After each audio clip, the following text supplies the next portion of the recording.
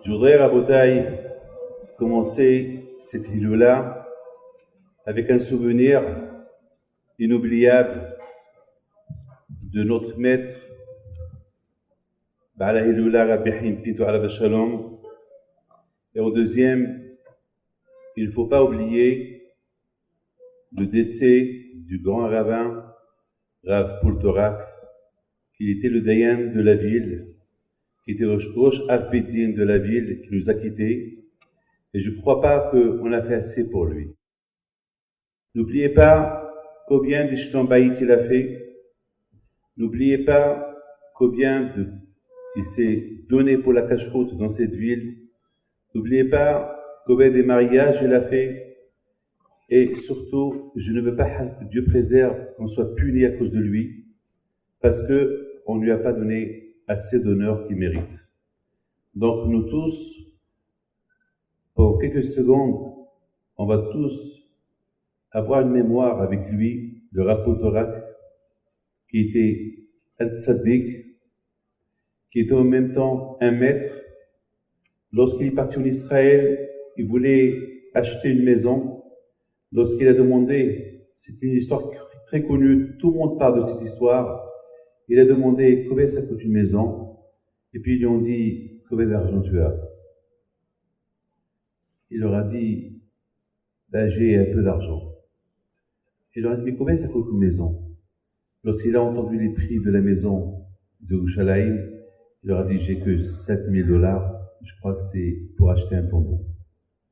Voilà, mes amis, avec quoi il est parti à Potoreb de cette ville. Avec $7,000, avec laquelle il a acheté son tombeau. C'est moi, David Pinto, qui lui a acheté, qui a payé la Hevra Kadisha. J'ai donné 2 000 € pour payer la Hevra Kadisha à Paris. Un homme qui s'est occupé de cette ville, un homme qui a fait beaucoup de la cache-route de cette ville, il est parti sans rien. Il est parti, il n'avait même pas d'argent de quoi payer la Hevra Kadisha. Il a fallu que sa femme, elle m'appelle, elle me dit, Rabbi David, j'ai pas de quoi payer, parce qu'il est décédé à Paris, j'ai pas de quoi payer la Hevra Kadisha. Puis j'ai dit, voilà, est-ce que je peux donner 2 000 €, c'est assez? Il m'a dit, oui, c'est assez, bon, ils nous ont ramassé le reste. À Botaï, il faut pas qu'on oublie tous ensemble, je vais lire un Mizmor, Le'ilun Nishmato. Shel ha'ma'alot, Esa Einai ele harim, me'ayin yavo Ezri, Ezri me'em Adonai, עושי שמיים וארץ, עד תלמוד רגליך, עלינו שומריך, הנה לא ינום ולא ישם שומי ישראל, אדוני שומריך, אדוני צלך עד ימיניך, יומם השמש אלוקיך, ויח בלילה, אדוני שמורך מכל רע, ישמור את נפשך, אדוני ישמור צדדיך ובואך מעד עולם.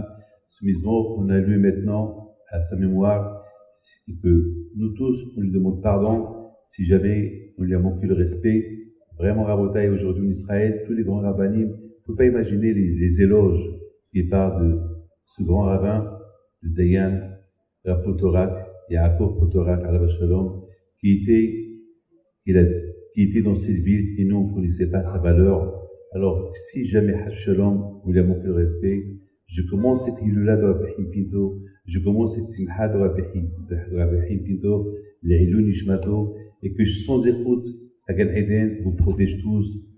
Et je veux que chacun de vous ne pas l'oublier et lui allumer, parce qu'on est encore dans l'année de Rabbi Yaakov Poultorak, ne pas oublier de lui allumer des bougies, la veille de Shabbat. Considérez-le un tzaddik, parce qu'il était un tzaddik et nous, on ne le savait pas.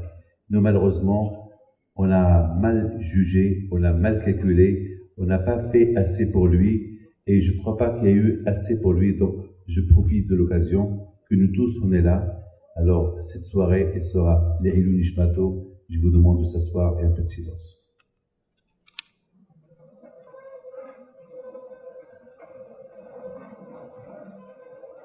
Bishot Mourav et Rabotaï, Bishot les rabbanim présents, le Rosh Kolel, les rabbanim, Rabbi Soussan, Rabbi Haddad, Rav Twito, Rav Kalfa, Rav Waknin, Rav Amos, Rav Cohen, Rav Eladad, Rav, tous les rabbanim présents, les Avrichim, Sheikhiou, vous tous. Mes amis, je vous remercie beaucoup d'être venus à la Hilula de Rabbi Haim Pinto. Et Bisrot Rabbi Haim Pinto soit avec vous à Melkineratson.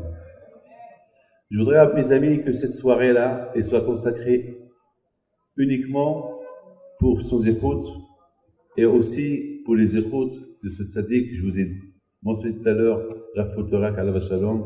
Je peux simplement vous dire une chose. Nous sommes en plein fête de Hanouka. Tout à l'heure, je vais allumer la Hanouka. Et je veux que chacun, il arrête de manger, arrête de boire. Et je veux qu'on écoute ce cours de Torah que je vais vous donner. Je voudrais simplement qu'on oublie qu'on est venu pour manger, qu'on est venu pour étudier, être éduqué, et c'est ça le plus important. Je vous pose une toute petite question. C'est quoi la raison de Hanouka? Vous voyez, à ma droite, il y a la Hanouka. Je voudrais que chacun ne parle pas. Si on veut m'écouter, ça vaut la peine, ça coûte des milliards si vous sortez d'ici avec quelque chose dans votre main.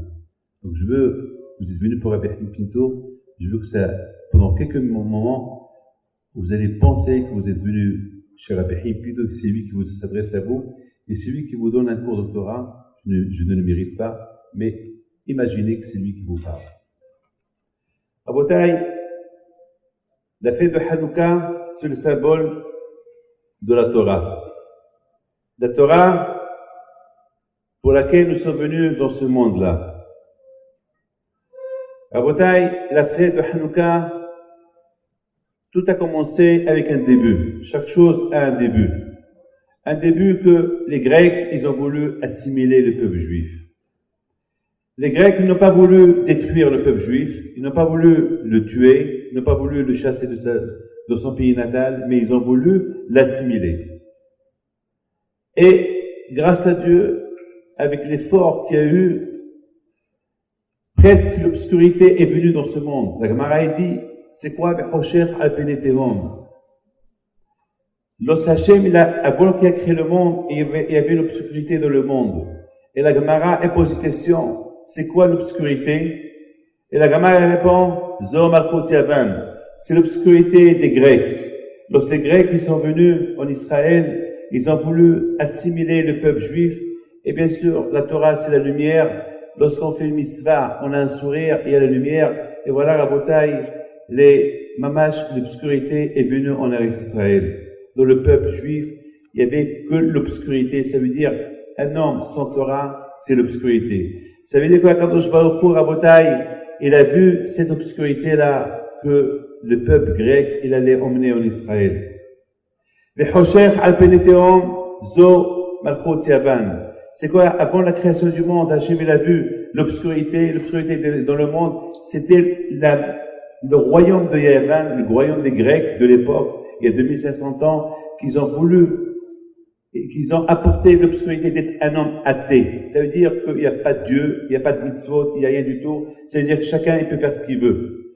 Rabotai, on peut pas admettre cette loi que chacun peut faire ce qu'il veut. Même dans une maison, un enfant, il ne peut pas dire, je peux faire ce que je veux. Il y a les parents, il y a un respect des parents. On peut pas dire, je peux faire ce que je veux. Ça n'existe pas dans une usine où il y a des ouvriers. On peut pas dire, les ouvriers peuvent dire, on peut faire ce qu'on veut. Non, il y a un patron. Un patron, c'est lui qui dicte le déroulement de l'usine. Donc, ça n'existe pas. Même ce soir-là, on est tous réunis. Ça n'existe pas. Chacun fait ce qu'il veut. Non. Il y a une hiloula, on est tous réunis autour d'un but.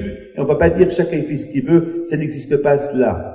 Donc, à Botaï, que ce soit de n'importe quelle discussion qu'on peut avoir, ça n'existe pas, je fais ce que je veux. Un homme qui est malade, il peut pas dire je fais ce que je veux parce qu'il faut qu'il fait la diète. Si le médecin lui dit, il faut que tu fasses la diète, tu es diabétique, tu as une maladie, il peut pas dire non, moi je fais ce que je veux, parce que si je fais ce qu'il veut, il va mourir. Donc, à Botaï, les Grecs, ils ont apporté cette idéologie de faire ce que je veux. Faites ce que vous voulez. Soyez maître de vous-même, soyez vous, il n'y a pas de Dieu, il n'y a pas de Torah, il n'y a rien du tout. Ça, c'est l'obscurité. Dans un couple où l'homme, il fait ce qu'il veut, la femme, elle fait ce qu'il veut, ça finit avec un divorce. Et lorsque les enfants, ils disent, moi, je fais ce que je veux, ça s'appelle une révolution interne dans une maison, dans un foyer, et c'est la fin du foyer. Sur ce ciel, Rabotai, Rabbi Shimon Bar Yochai, il a pleuré. Il a dit à Rabbi Shimon Bar Yochai, oh, la chose la plus malheureuse chez un couple, c'est lorsque l'enfant, il sort le tabotra, c'est lorsque l'enfant, il se révolte contre ses parents, il fait ce qu'il veut. Et là, à Rabotai, on voit que les Grecs, ils ont apporté cette idéologie, faites ce que vous voulez. Ça, c'était l'obscurité que Dieu a vue. Et c'est la raison, à Rabotai, quand je réponds à une grande question, avec ce que je vous dis, je réponds à une grande question. La question que je me suis posée dans le TGV aujourd'hui, pourquoi Akadosh Baruch Hu, il avait besoin, pourquoi Akadosh Baruch Hu avait besoin de voir la Torah pour créer le monde? Est-ce qu'il avait besoin Akadosh Baruch Hu de voir la Torah pour créer le monde? Hachem, c'est le créateur. S'il veut créer le monde, il peut créer le monde sans voir la Torah. Ça suffit. Baruch Omer Ve'oseh, Akadosh Baruch Hu, il crée le monde avec sa parole. Quelle est la raison pour Akadosh Baruch Hu, il a vu la Torah? La Torah, c'est la lumière. Parce que Akadosh Baruch Hu, je pense, Akadosh Baruch Hu, il a vu cette obscurité des Grecs. Il a dit que c'est pas possible. Une obscurité pareille, si je ne construis pas le monde avec la Torah, et qu'il y aura le zéro de mérite de la Torah dans le monde, il va brûler, il va rester obscur, et ce sera la fin du monde. La raison, c'est la raison pourquoi Hachem, Istakel Beoraita, Obara Alma, Akadosh Baruch Hu, il a vu la Torah, et à travers la Torah, il a créé le monde. La raison pourquoi, à travers la Torah, il a créé le monde, à cause de Behoshech al Peneteom. Parce qu'Hachem, il a vu les Grecs. Et alors, je dis les mots grecs, ça veut dire tous ceux qui vont suivre l'exemple des Grecs, comme aujourd'hui, la mode, l'Internet. Vous savez, les dégâts que ça cause l'Internet aujourd'hui. Vous pouvez pas imaginer combien de divorces il y a à cause d'Internet. Combien des enfants, ils ont quitté leur foyer à cause d'Internet. Combien d'assimilations a créé l'Internet. Combien d'adultères a créé l'Internet, soit du côté des hommes, soit du côté des femmes. L'Internet, c'est du mot enterré. Et malheureusement, l'Internet, c'est bien pour le commerce, c'est bien si on l'utilise dans un bon but. Pour le commerce, pour savoir, pour l'école et tout. Ça, oui, je suis d'accord. Nous-mêmes, on a 2 sites Internet, mais on les a utilisés pour la Torah.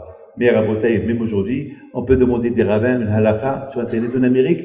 Tous les grands rabbins, ils utilisent Internet pour des she'elot et tshuvot. Même les gens, ils étudient la Torah sur Internet. Si c'est la bonne cause, c'est super. Mais si c'est la mauvaise cause, ce n'est pas super, ça s'appelle enterrer. Donc à Rabotai, au fur et à mesure que la venue de Mashiach, elle arrive, elle approche, et malheureusement, le Hoshech, l'obscurité, elle est plus grande, elle est plus importante. Et nous avons besoin de la Torah, c'est la lumière. Un peu de lumière.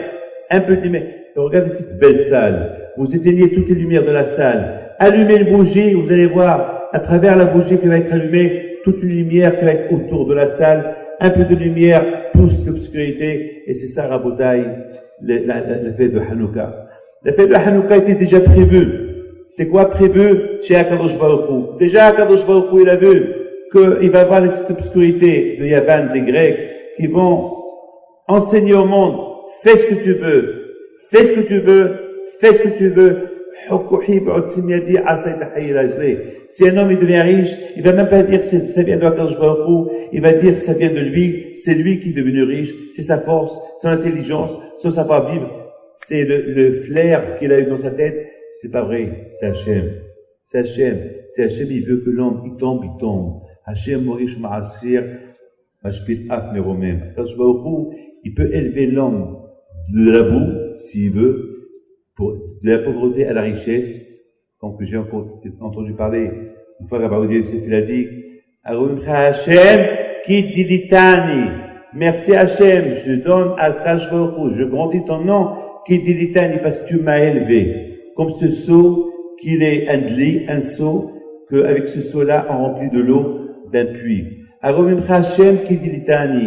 Ça veut dire, Rabotai, ça, c'est le miracle de Hanouka. Quand je vois qu'on nous a élevés, on était zéro, on était presque tous assimilés, et voilà, quand je vois qu'on nous a élevés de rien à quelque chose. Donc, Rabotai, c'est la raison pourquoi aujourd'hui, on fête la Hanouka. Pourquoi on fête la Hanouka? Parce que la Hanouka, c'est le symbole de la lumière. C'est la Hanouka, c'est Moussif Véolaire, on progresse. Vous voyez la Hanouka? Regardez tous la Hanouka, je vous en prie. Regardez là, que vous tous mettez les yeux sur la Hanouka.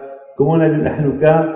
On commence par la tanière et au fur et à mesure, on allume de plus et de plus et de plus. Ça veut dire s'élever, s'élever. Chaque jour, on nous demande de s'élever. Et c'est ça, Rabotai, c'est la Torah. Rabotai, un homme qui n'a pas goûté la Torah, il va toujours penser, mais c'est mon intelligence qui m'a rendu à être ce que je suis. Sans la Torah, on risque de dire, eh ben, moi, je suis plus fort que n'importe qui. Je sais tout. Mais qu'est-ce qu'on sait? On sait rien du tout. Au fur et à mesure des temps, on découvre qu'on n'a rien du tout. Mes amis, je suis bien placé, hein. Regardez-moi tous, écoutez. Je suis bien placé pour vous dire, parce que je reçois les gens du matin au soir, pour vous dire, malheureusement, je veux qu'on arrête de parler de ce côté. Je veux qu'on arrête de parler. Si celui qui veut parler, qui sort dehors, il est en train de déranger ceux qui parlent. Alors je demande celui qui veut parler, qui sort dehors. Je veux pas, parce que j'écoute. Au fur et à mesure du temps, j'entends les gens parler. Et tous les gens qui parlent, ça tourne autour d'une seule chose, d'une seule discussion. Laquelle? Mes enfants. Mes enfants. Voilà, maintenant, je parle pas de les gens qui ont besoin de quoi vivre, mais la plupart, la majorité des gens, que ce soit en France, en Europe, en Amérique latine, en Amérique du Nord ou en Afrique, tout le monde vient chez moi pour discuter le problème des enfants. Et pourtant, la bataille, ce problème des enfants, il aurait pu être caduque. Il aurait pu ne pas être au menu du jour. Pourquoi? Parce que si il y avait une éducation, on ne serait pas là aujourd'hui. S'il y avait le symbole, l'étude de la Hanouka, qu'on progresse de jour en jour, chaque jour, j'ajoute un peu, eh ben aujourd'hui, l'enfant, il sera bien. C'est quoi le symbole de Hanouka? Hanouka, c'est l'enfant. Hanouka, c'est l'enfant. Mais cet enfant qu'il est allumé, cet enfant qu'il est plein, cet enfant qu'il est rempli, qu'on lui a donné depuis son jeune âge, depuis qu'il était jeune, jusqu'à qu'il est devenu adulte, on lui donne un peu d'éducation, un peu du judaïsme. Mais si on ne lui a rien donné, qu'est-ce qu'on peut espérer de lui? Rien du tout. Cet enfant, il va s'éteindre un jour. Il va s'éteindre. Le but de Hanouka, c'est relève le moussif. On ajoute, on progresse. Et après Hanouka, c'est être autonome soi-même. On continue. La bataille, c'est la raison pourquoi Kadosh Baruch Hu istakel be'oraita là où vous allez, que ce soit à Villeurbanne, que ce soit à Écully, que ce soit à Paris, que ce soit aux environs de Paris, que ce soit au Maroc, en Algérie, en Tunisie, en Pologne, que ce soit là où vous allez au Yémen, en Égypte, que ce soit là où vous voulez à Rabotai, on a trouvé des synagogues, on a trouvé des traces du judaïsme. Pourquoi? Parce que pourquoi le judaïsme il est partout? Parce que justement, parce qu'Akadosh Baruch Hu, il a istaké le Boraïta. Chaque endroit que Dieu a créé, il a vu la Torah, il a dit, si dans cet endroit il va voir la Torah, donc, il y a déjà la Torah. Déjà, quand je fais il a prévu la Torah en Tunisie, quand je fais la prévu la Torah à Djerba, quand je fais prévu la Torah à Constantine, à Oran, quand je fais prévu la Torah au Maroc, en Algérie, au Maroc, à Casablanca, à Taroudan, à Essaouira, à Marrakech, en Pologne, en France, les Tosfot, Rachi, parce que ces endroits-là, Hachem, il savait qu'un jour, peut-être, ils vont venir là, et puis s'ils vont venir là, ils vont trouver quelque chose. Ils vont trouver quoi? Cette istaklout, cette vue que Hachem a vue en créant la France, cette vue que Hachem a vue en créant la Tunisie, l'Algérie, etc., etc. Donc, à Bretagne, cette lumière était déjà prise. Pourquoi? Parce que Hachem, il a vu Tehosher al-Penetehom. Hachem, il a vu cette obscurité que les Grecs, ils allaient apporter. Cette idéologie que malheureusement, jusqu'à maintenant, elle existe. Cette idéologie que malheureusement, elle ne va pas exister jusqu'à la venue de Mashiach. La Gemara dit que lorsque Mashiach il va venir, on va plus faire de sacrifice. Il y aura plus de sacrifice, il y aura plus de Pessah, il y aura plus de Purim, pas de Sukkot, pas de Rosh Hashanah, pas de Kippour, mais on va continuer à allumer la Hanouka.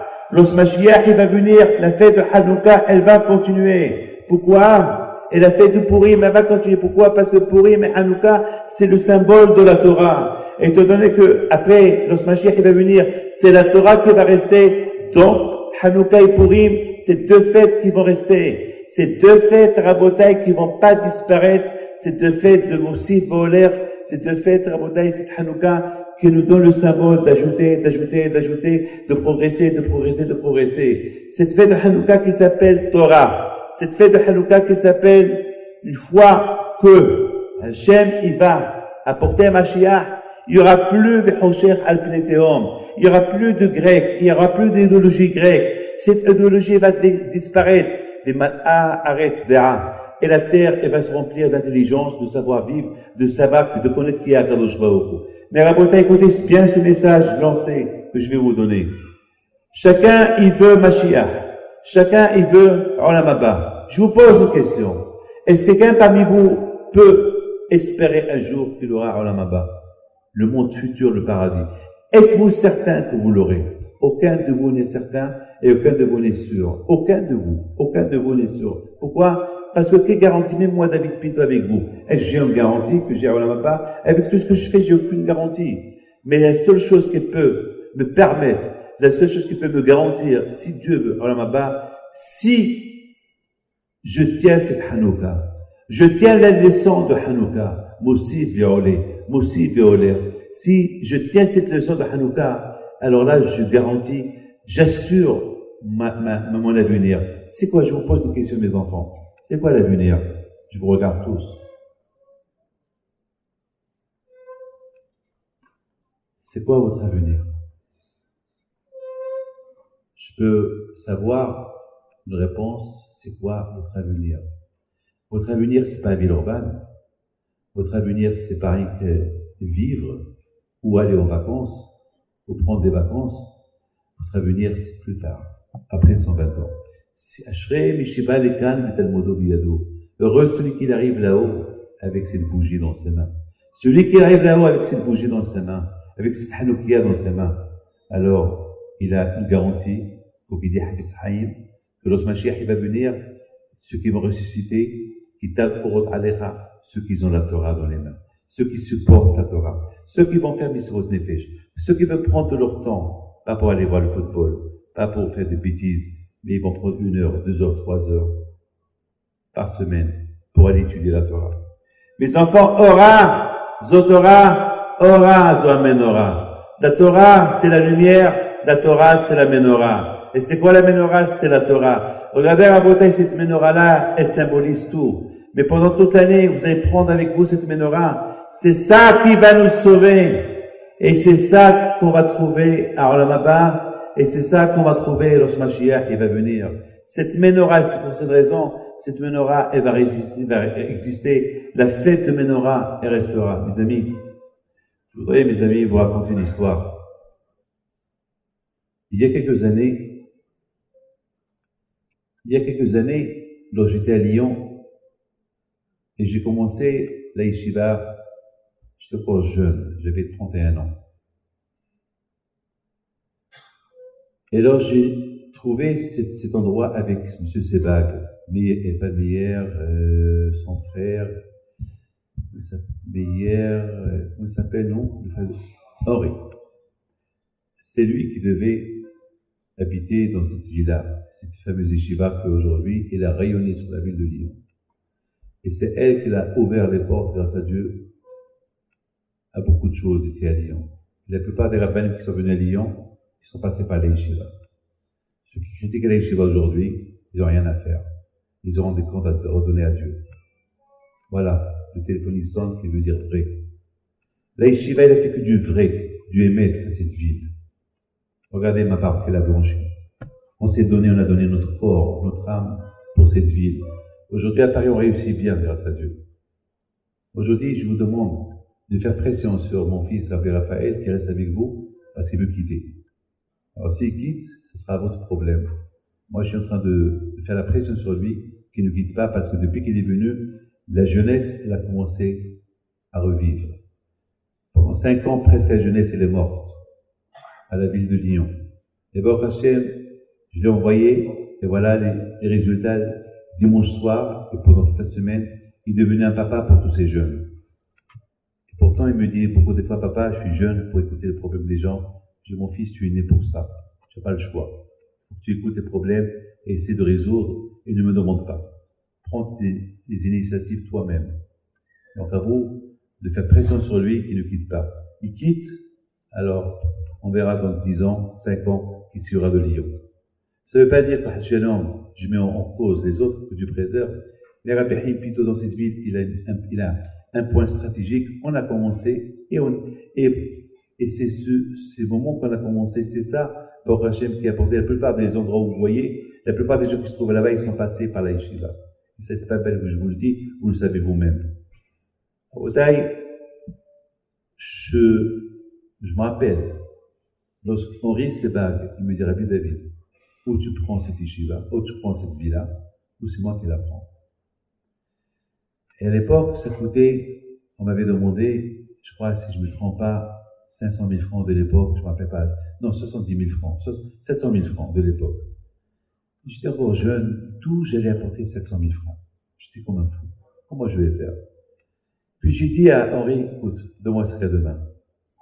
D'ici demain, il y avait avec moi à l'époque Maurice Marciano, Joe Benamo, il y avait Binichou, que Dieu les protège tous. Il y avait une petite équipe avec moi, mais le prix, c'est, à l'époque, lorsqu'on faisait une Iloula, si on faisait 26 000 francs, 25 000 francs, c'était un succès. Alors, à Boutaï, je suis rentré à la maison, et ma femme, elle me dit, qu'est-ce qu'il y a? Je dis, bon, j'ai un problème. Elle, dès que je lui dis à la yeshiva, elle commence à rigoler, mais qui va venir. Et rappelez-vous, 27 ans en avant, qu'est-ce qu'il y avait à Lyon? Je vous en prie. Réfléchissez un peu, combien des bikvé il y avait, combien des écoles juives il y avait, il y avait quoi? Il y a 25 ans. Je vous laisse réfléchir. Et je ne savais pas quoi faire. Et moi, je savais que, avec les deux, j'étais fait pour donner. Déjà, mon père, au départ, il m'a dit, David, tu restes à Lyon. Au départ, ma femme voulait me suivre à Paris, mais mon père m'a dit non, tu restes à Lyon. Je entends encore là-bas les jeunes, s'il vous plaît, là-bas au fond. Alors, s'il vous plaît, où vous sortez, c'est pas normal, hein. Et total, je ne sais pas ce que vous êtes en train de faire. Alors, vous écoutez ou vous sortez, vous avez le choix. Vous êtes en train de déranger ceux qui veulent écouter. Ne croyez pas que je ne vous vois pas, je vous vois.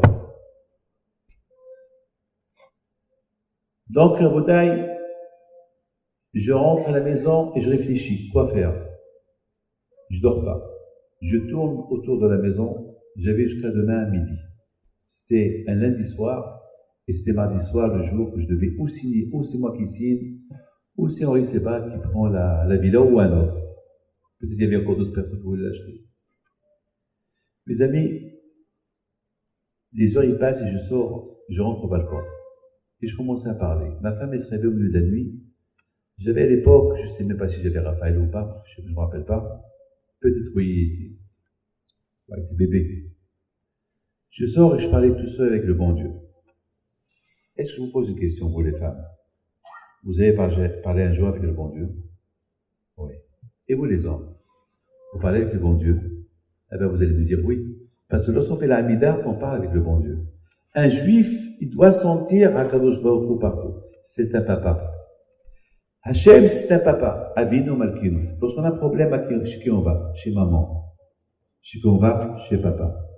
Et papa et maman, ils vont arranger les choses. Lorsqu'on a un problème, on va chez eux.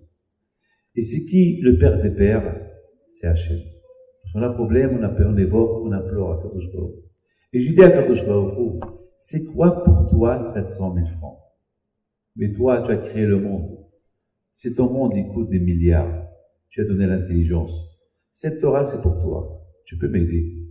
Mais à qui je pouvais parler? Un rêve. Un rêve que on ne pouvait pas imaginer que j'avais rien, zéro franc de l'époque, il n'y avait pas encore les euros. Et avec rien, je devais acheter et il n'y avait rien du tout. Je passe la nuit en train de réfléchir vers 5 heures du matin. Ma femme, encore elle sort, elle me voit. Elle me dit, mais je t'ai entendu parler avec quelqu'un. Avec qui tu parles? Je dis, ben, je parle seul. Je fumais à l'époque. Là, j'ai arrêté de fumer. Heureusement. Et je vous conseille de le faire. Et voilà, la Bretagne. Je lui dis, bon, je parle avec le bon Dieu. Il m'aide. Bon, elle m'a pris pour un fou. Le téléphone, il sonne. Personne ne sonne, m'appelle à 5 heures du matin. Je prends le téléphone. C'est une femme. C'est une femme que je ne peux pas dire son nom, elle habite à Lyon. Elle m'a appelé que cette semaine. Elle me dit, Rabbi David, j'ai un problème. Je lui dis, quel problème tu as? Au départ, je lui dis, madame, il est 5 heures du matin, ça va, tout va bien, tes parents? Oui, tout va bien. Et je réponds, on n'arrive pas à dormir, moi et mon mari. On pense, qu'est-ce qui se passe? Ben, on a un problème. On a des lingots d'or, ils sont officiels, ils sont à la banque. On ne sait pas si on les vend, on les veut pas, mais on veut les vendre, mais on ne sait pas qui les vend, on ne peut pas les vendre à un particulier, un par un. Il faut qu'on trouve quelqu'un qui nous les achète tous. Je dis, mais vendez-les à la banque.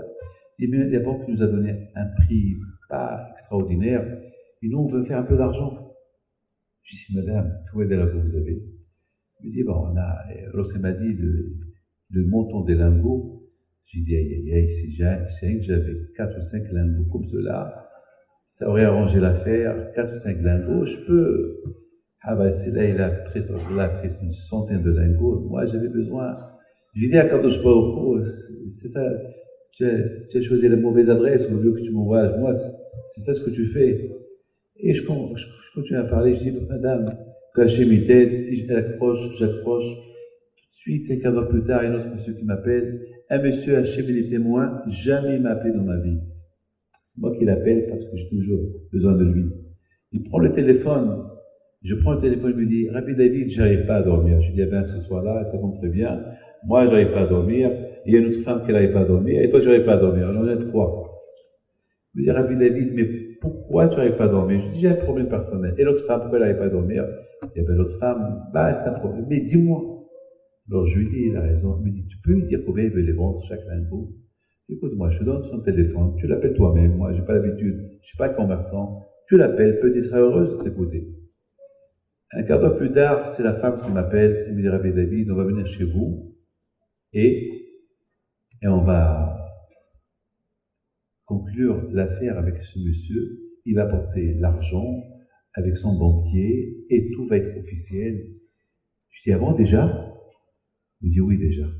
L'autre aussi m'appelle. Vers 10 heures, ils étaient chez moi. Ils ont signé. Et l'affaire, elle a été arrangée. Et moi, dans mon coin, je râlais. Voilà. Eux, Baruch Hashem, Hashem les a aidés. Moi, dans mon coin, ça y est, c'est M. Sebag ou un autre qui va acheter la villa et point final. Voilà, Rotaï, cette femme-là, avant qu'elle sorte chez moi, elle me dit, Rabbi David, j'ai fait un vœu. Que si on vend, je te donne cette somme. Je vois l'argent, il n'y avait que des billets de 500 et des chèques. Je dis, je peux savoir combien il y a? Il me dit, Rabbi David, il y a à peu près une somme telle et telle. Je dis, bon, il me manque encore 220 000 francs. D'où je vais les avoir? Et j'appelle mes beaux-frères. Maintenant, la personne était là. Maintenant, la personne répondait. On dirait que Hachem, il a voulu me tester pour voir jusqu'à où ma émouna, il allait partir. D'un côté, je vois les 3/4 de l'argent gelé. Et de l'autre côté, il me manque 1/4. Voilà, je rentre dans mon bureau et Hachem, il est témoin. Je trouve une grosse enveloppe. C'est le monsieur en question qui me l'a laissé. Je l'ouvre et je trouve le reste et Hachem, il est témoin de la totalité de la somme que j'avais besoin. J'appelle tout de suite Joe Benamou, j'appelle Bilichou, j'appelle tout le monde. J'ai l'argent, on va les mettre à la banque, on va signer aujourd'hui à 2 heures. J'arrive là-bas et j'ai signé. Voilà la bataille, le NES de Rabbi Pinto. Voilà comment la yeshiva de Lyon, de Villeurbanne, a commencé. Et voilà la bataille, les fruits. Les fruits, c'est vous. C'est vous les fruits de cette yeshiva. Et cette yeshiva ne peut exister que grâce à Hachem et grâce aux efforts des rabbanim, que je remercie, à Saraf, les rabbanim présents qui sont présents, et bien, chez les avrichim qui sont présents. Bien sûr, je n'ai pas oublié le comité, que ce soit Gabriel Baz, que ce soit Jean-Jacques Ramin et leur comité, que le bon Dieu les protège, qui se réunissent tous. Il y a 2 comités dans cette yeshiva. Un qui s'occupe du côté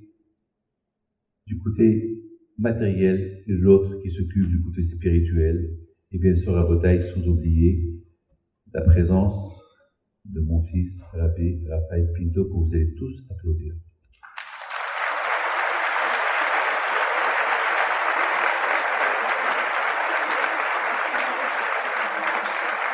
Vous l'avez connu lorsqu'il était bébé. Vous l'avez connu lorsqu'il venait à rentrer à l'Yeshiva tout petit, avec les cheveux longs, avec le kippa. Et vous l'avez vu grandir. Vous l'avez tous vu grandir, jusqu'à qu'aujourd'hui, on se trompe. Il y a ceux qui l'appellent Raphaël, il y a ceux qui l'appellent Rabbi Raphaël, et chacun l'appelle comme il veut, parce qu'il a grandi avec vous. À vos tailles, ne le voyez pas comme ça, je vous donne ma parole d'honneur. Il peut vous bénir. J'ai entendu des histoires, et Hachem est témoin. J'ai entendu des histoires de Yves Béton, j'ai entendu des histoires de beaucoup de gens, des histoires qu'ils m'ont racontées. Moi, mes amis, et Hachem est témoin. Beaucoup des fois, ils me disent, papa, comment je vais commencer? Je dis, de palace, débrouille-toi. Comme moi, je me suis débrouillé tout seul.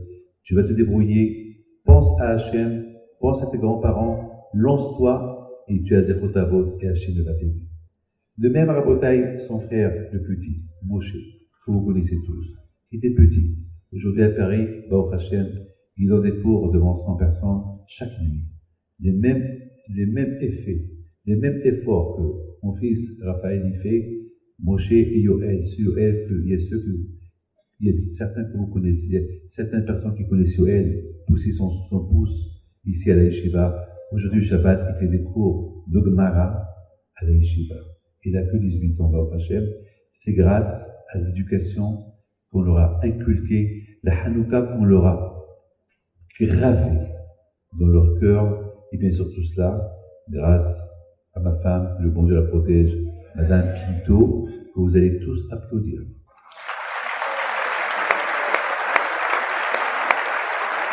C'est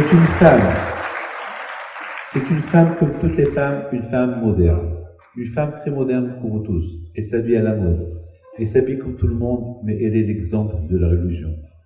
Elle est l'exemple, le symbole des jeunes femmes qui voient devant eux une femme jeune, qu'elle fait très jeune, qu'elle a 7 enfants, qu'elle est grand-mère, qu'elle a des petits-enfants, et qu'elle éduque ses enfants dans la Torah, et qu'elle peut même donner des cours de Torah en privé. À vos tailles, bien sûr, on doit tous, c'est ce que je peux vous dire, mettez ça dans la tête, vous allez sortir d'ici avec cette phrase. Sheli, Vishelachem, Shelahu. Ce que moi j'ai acquis, ce que vous avez acquis, c'est grâce à elle. Pourquoi? Parce que c'était elle qui me poussait, ou sa mère, Zechona Lebrecha, Mama, Alea Shalom, que lorsque j'avais besoin de quelque chose, lorsque ma femme, elle me disait, ne voyage pas, j'allais chez elle, Zechona Lebrecha, elle allait chez sa fille, elle disait à sa fille, mais laisse-le voyager, c'est pour la Torah. Aujourd'hui, dans notre monde, ma belle-mère, elle doit être heureuse, elle doit être contente, elle doit dire, elle doit vous voir tous. Il y a Rabbi Pinto d'un côté, mon père de l'autre côté, et tous mes grands-parents d'un côté, il y a de l'autre côté, Yahya Halfi d'un côté, sa femme de l'autre côté, et 100% toute leur famille de l'autre côté, parce qu'ils vont dire à toute la famille, il y a une fête ce soir à Villeurbanne. Venez, il y a une fête. Et sa famille vont lui dire, mais qui? Quelle fête? C'est notre fête, venez. Quelle fête? Il va voir Rabbi Pinto. Rabbi Pinto, mais quel rapport vous avec Rabbi Pinto? Eh bien, je suis la grand-mère, je suis le grand-père de Raphaël, de David Pinto, etc., etc. Ils vont tous venir voir, eh bien, ils vont vous voir. Ils sont en train de voir le travail qu'on fait, le travail que vous faites. Ils vont voir cette Hanouka. Ils vont voir ce que vous êtes en train de faire, ce que nous on est en train de faire. Nous du côté spirituel, vous du côté matériel. La bataille, ils vont voir Apôtre Torah aussi. Il va venir parce qu'on l'a évoqué, on l'a appelé. Lui aussi, comme un curieux, il va venir. Qu'est-ce qui se passe? Pourquoi on l'a dérangé de sa place? Il va voir le Shamar que vous avez fait pour lui. Il va voir les bougies que vous avez allumées pour lui. La bataille, c'est cela. Je termine. Je vous remercie beaucoup de votre patience. Et je termine avec cette phrase. On est tous réunis ce soir. Autour de la Yula, je dirais pas le mot sauver la Yeshiva. Sauver, c'est Hachem qui la sauve. Chacun beaucoup qui l'aide. Mais il faut savoir que la Yeshiva a besoin, chaque mois, d'un budget. Un budget que c'est pas la peine de... Il y a des immeubles, il y a des frais. Il y a aussi de l'argent qu'on donne aux pauvres. Il y a aussi de l'argent qu'on donne à gauche, à droite. Et ceux qui demandent. À Botaï, regardez bien mon fils à côté. Et Dieu seul sait. Et moi, je témoigne. Il n'a pas de quoi terminer sans moi. Et beaucoup de fois, je lui dis, mais, Raphaël, je dis, papa, pour le moment, je pense à la Yeshiva. C'est pas grave. Ce qu'il reçoit, il lui donne à gauche à droite. Il a appris ça de moi. Moi, je l'ai appris de mon père. Mon père l'a appris de son grand-père, etc., etc. Rabotai, ce soir, on est tous réunis, ici dans cette belle salle, pour aider la yeshiva, pour que la yeshiva elle continue à fonctionner. 80 000 euros, bien sûr, par mois, c'est une somme énorme que j'assume chaque mois, depuis tout le temps. Depuis tout le temps, je l'ai assumé. Il y avait un moment donné que ça coûtait un peu plus. Aujourd'hui, c'est ça les prix, c'est ça ce qui nous coûte. Donc, à Botaï, nous tous, on va se réunir autour de cette yeshiva. Oublions le passé, pensons au futur, pensons à la Hanouka. Je voudrais, à Botaï, que chacun de vous pense une chose. Donc, à Botaï, on a compris maintenant le but que Akadosh Baruch Hu istaké baraita ou bara alma. Le but pourquoi Akadosh Baruch Hu il a vu le monde de l'état où il va être plus tard, cette obscurité de Yavan qui va régner dans le monde et qui va détourner le monde entier de la croyance de l'Emunah à Akadosh Baruch Hu. Alors Akadosh Baruch Hu il a créé la Torah. Il a ancré la Torah dans la création du monde. Ça veut dire que même que si visiblement on voit l'obscurité de Yavan, il y a toujours une petite lumière qu'elle reste. Un peu de Torah qu'elle reste. Et comme nous avons dit, un peu de lumière fait fuir l'obscurité. Donc à Botaï, on comprend pourquoi Kadosh Baruch Hu avait besoin de créer le monde avec la Torah. En voyant la Torah, il a créé le monde. Ça veut dire qu'il a mélangé la Torah dans la création. C'est comme une pâte. Pour faire la pâte, il faut de l'eau. S'il n'y a pas de l'eau, il n'y a pas de pâte. Et on sait très bien que la Torah, on compare la Torah à l'eau. Donc, Akadosh Baruch Hu, il a infiltré la Torah dans la création du monde, d'une manière que même s'il y a l'obscurité de Yavan, qu'elle va régner, il n'y aura pas la fin du monde. Les ténèbres, l'obscurité ne va pas régner éternellement sur le monde, parce qu'il y aura toujours de cette petite lumière qu'elle reste toujours dans le monde, dans cette lumière de la Torah qu'elle est infiltrée dans le monde lui-même. Un jour, ils viendront ceux qui vont faire échapper, faire fuir les ténèbres, l'obscurité de le monde, et faites encore une fois régner la Torah. Mes amis, déjà Akadosh Baruch Hu il a prévu cette obscurité de Yavan, ces Grecs qui vont apporter par leur influence une théorie d'être athée, de ne pas croire en Dieu, de croire en la personne, de croire dans le physique, de croire en ce que l'homme il peut faire. Et si tu arrives à faire, alors tu diras, c'est moi qui ai fait. C'est moi qui ai fait, c'est pas mes propres moyens, j'ai réussi. Il n'y a rien de présence de Dieu. Ça, c'était l'idéologie, une maîtrise de la culture de Yavan. Et c'est ce qu'ils ont voulu. Ça, c'était l'enseignement de Yavan. L'enseignement de Yavan, c'est croire en soi, ne pas croire en une divinité, qui est Hachem, qui règne. Et ça, Rabotai, ce que Hachem, il a vu pendant la création du monde. Il a vu ça. C'est vrai, il y a eu les ténèbres de la culture de Édom, celle de l'Égypte, celle de Babel, celle d'Achour. Il y a eu plein de cultures. Il y a eu plein malheureusement, des cultures qui ont régné depuis la création du monde. Mais, comme celle de Yavan, elle n'a pas existé. Celle de Yavan était au-delà de l'imagination. Quand on dit la prière, ils ont voulu détourner le peuple juif de la Torah. Ils ont voulu éteindre le judaïsme. Tu as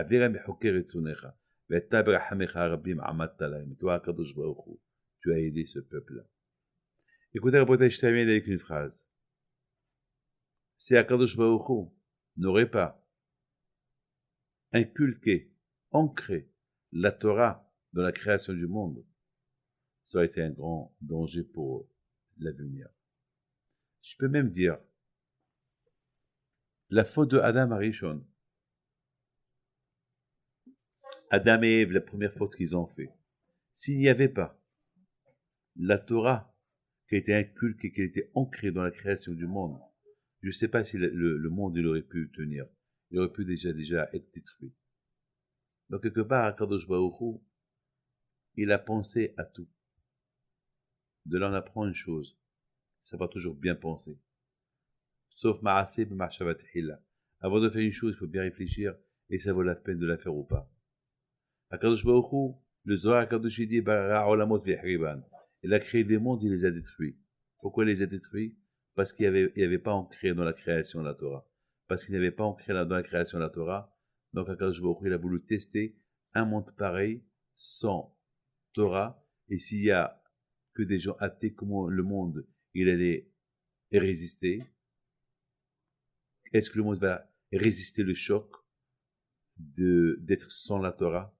Et puis les mondes que Dieu a créés, ils ne peuvent pas résister parce que sans la Torah, ils ne pouvaient pas résister.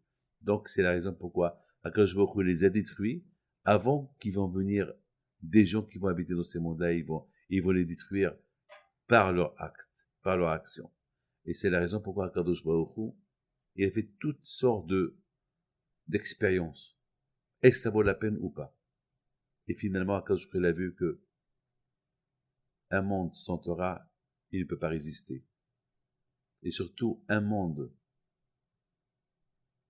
plein d'agressions, plein de kafrut, être athée, plein d'ignorance, plein de ne pas reconnaître l'existence de la Akadosh Baruch Hu, comme tel ce fut le cas à l'époque des Grecs. Bien sûr que le monde, c'était vraiment l'obscurité totale, c'était du néant total. Donc bien sûr, un monde pareil ne pouvait pas exister. Donc c'est la raison pourquoi Akadosh Baruch Hu, lorsqu'il a créé le monde, il a vu tous les temps qu'ils allaient venir. Il a vu que vraiment, même si le monde qu'il allait créer pouvait résister avec la Torah que le peuple juif a étudiée, mais contre la culture grecque, ça ne pouvait pas résister. Parce que les Grecs, quelque part, ils ont réussi. Mais ils ont réussi à détourner le peuple juif d'une manière extraordinaire, intelligemment. Ils les ont détournés doucement, doucement, par leur culture. Les éloigner petit à petit, jusqu'à qu'ils ont réussi presque. Et grâce à Dieu, avec les Hashmonaïm, qui sont revenus en force. Les Hashmonaïm, c'était les enfants de Matatia. Ils ont commencé à enseigner la Torah. Ils ont commencé à se révolter contre les Grecs. Ils étaient peu contre plusieurs. Ils ont commencé à instaurer la lumière de la Torah et un peu de lumière à chasser cette obscurité. Et c'est ce que nous célébrons aujourd'hui. Mes amis, les Grecs aujourd'hui, ils restent toujours. Bien sûr que les Hashmonaïm, ils ont combattu les Grecs. Les Grecs, ils n'existent pas. Et ils ont chassé d'Israël. Mais leur culture, elle est restée. Jusqu'à nos jours. Jusqu'à nos jours, il y a toujours un peu de cette ténèbres-là. Et c'est à nous de les combattre avec la lumière qui s'appelle la Torah. Donc, mes amis, lorsqu'Akadosh Baruch Hu, il a vu les temps qui vont venir, ce qui va se passer, il a tellement bien réfléchi que Akadosh Baruch Hu a déjà prévu. Akadosh Baruch Hu a déjà prévu que le seul moyen pour chasser les ténèbres de Yavan des Grecs, c'est avec la Torah. Donc, grâce à Dieu, voilà, nous, on est là, on célèbre la Hiloula d'un grand tzaddik, qui peut combattre les ténèbres et instaurer une lumière. Et voilà, Rabotai, ça fait déjà 200 ans, depuis le décès de Rabbi Haim Pito Alav Shalom, où je sens un peu moins de 200 ans, voilà, Rabotai, on célèbre encore sa Hiloula, on célèbre sa mémoire, on célèbre ses enseignements, qui sont toujours précieuses. Et voilà, Rabotai, avec ces enseignements, c'est la façon en apprenant la façon qu'il a vécu, la façon comment il était avec le prochain et avec Dieu, on chasse les ténèbres. Rabotai, que Hachem vous donne à vous tous, bracha betzlacha,